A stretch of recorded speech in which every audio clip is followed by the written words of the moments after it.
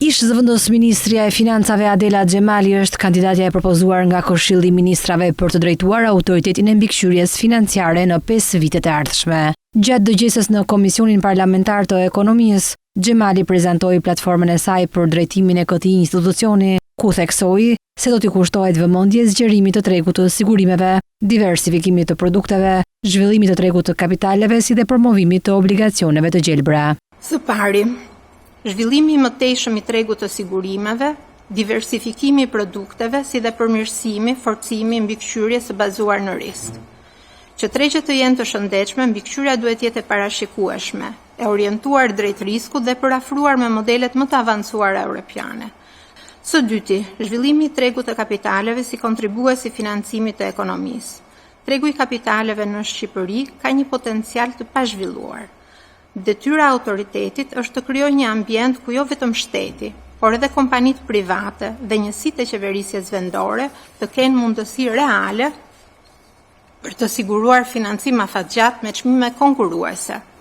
Kjo nuk kupton rritjen e emetuesve, zgjerimin e instrumentave financiare dhe forcimin e bursës si një platformë transparente dhe besueshme.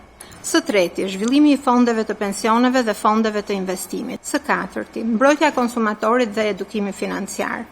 Së pesti, financimi i gjelbër dhe digitalizimi. Rezolutat e Kuvendit e kanë theksuar rëndësinë e përafrimit me prioritetet e gjelbra dhe digjitale të Bashkimit Evropian. Për këtë do të vijojë promovimi i obligacioneve të gjelbra dhe produkteve të tjera të qëndrueshme financiare. E pyetur se cila do të ishte gjëja e parë që do të bënte në krye të AMF, Xhemali theksoi se sfida është integrimi në Bashkimin Evropian dhe nevoja për t'u adaptuar me këtë treg. Tashmë kemi dhe një datë përfundimtare, pra kemi mundësi që të bëjmë një countdown.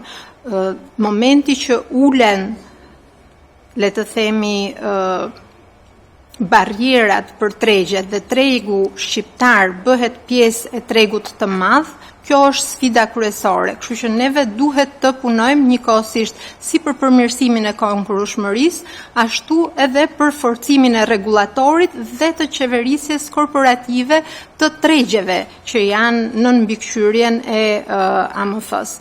Pra ka një kombinim të disa sfidave, por që janë gjithashtu edhe oportunitete shumë të mëdha për vetë rregullatorin që të marrë, le të themi, një ritëm tjetër. Sipas Xhemalit, është domosdoshmëri që në fazën ku jemi aktualisht sa i takon integrimit, të ndryshohet ligji organik dhe ligjet për tregjet. Ndryshime të cilat sipas saj duhen bërë me kujdes që t'u jepet tregjeve një nxitje për të ecur me shpejtësi të caktuar, por edhe të suportohen që të zhvillohen për të arritur që të përballojnë konkurrencën duke pasur parasysh se tregu i ynë është i vogël dhe modest.